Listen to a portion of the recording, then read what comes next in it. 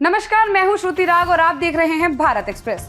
भारत उन देशों में शामिल है जहां हिट एंड रन के मामले सबसे ज्यादा आते हैं और मौतें भी सबसे ज्यादा होती हैं।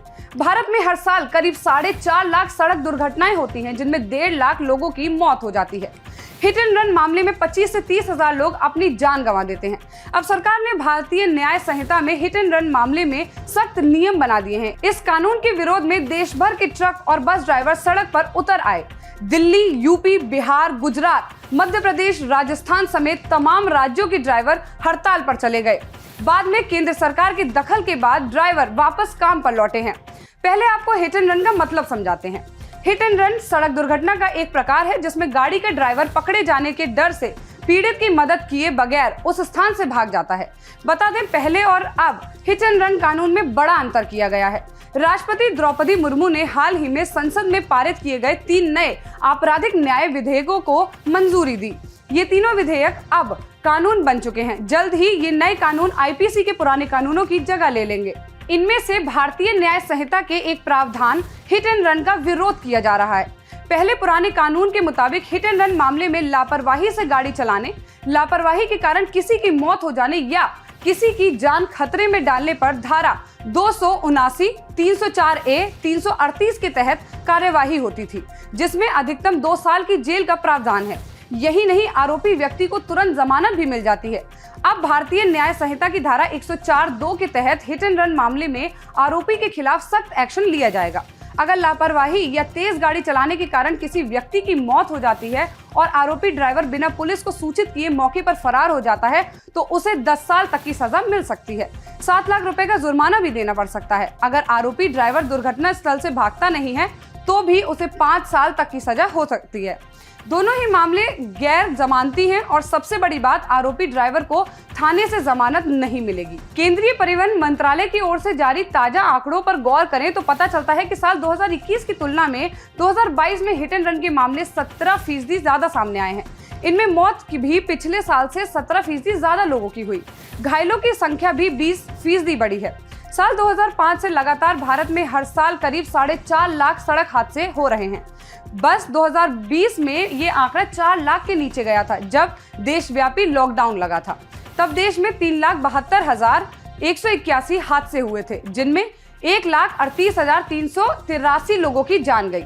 देश भर में वाहन चालक कानून के बनाए गए प्रावधान का विरोध कर रहे हैं।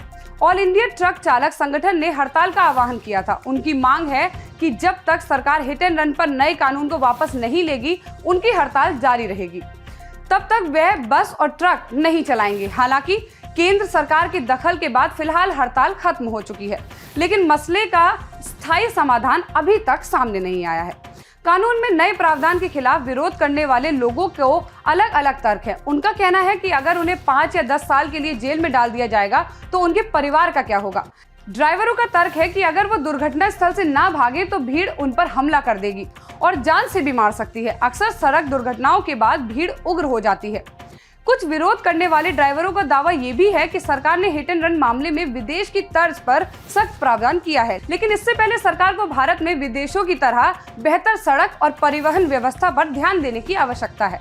अमेरिका और जापान जैसे विकसित देशों में भी हिट एंड रन के मामले होते हैं। हालांकि अमेरिका में किसी भी स्थिति में दुर्घटना स्थल छोड़ना अपराध है। यहाँ अलग अलग राज्यों के कानून अलग अलग होते हैं। दुर्घटना के बाद पुलिस को बिना सूचित किए वहां से चले जाने पर लाइसेंस रद्द, जेल की सजा और $20,000 तक जुर्माना लग सकता है। अमेरिका में साल 2012 से 2021 तक घातक हिट एंड रन मामलों में 79.4% की बढ़ोतरी हुई। 2012 में 1,469 से 89.4% बढ़कर मामले 2021 में 2,783 हो गए।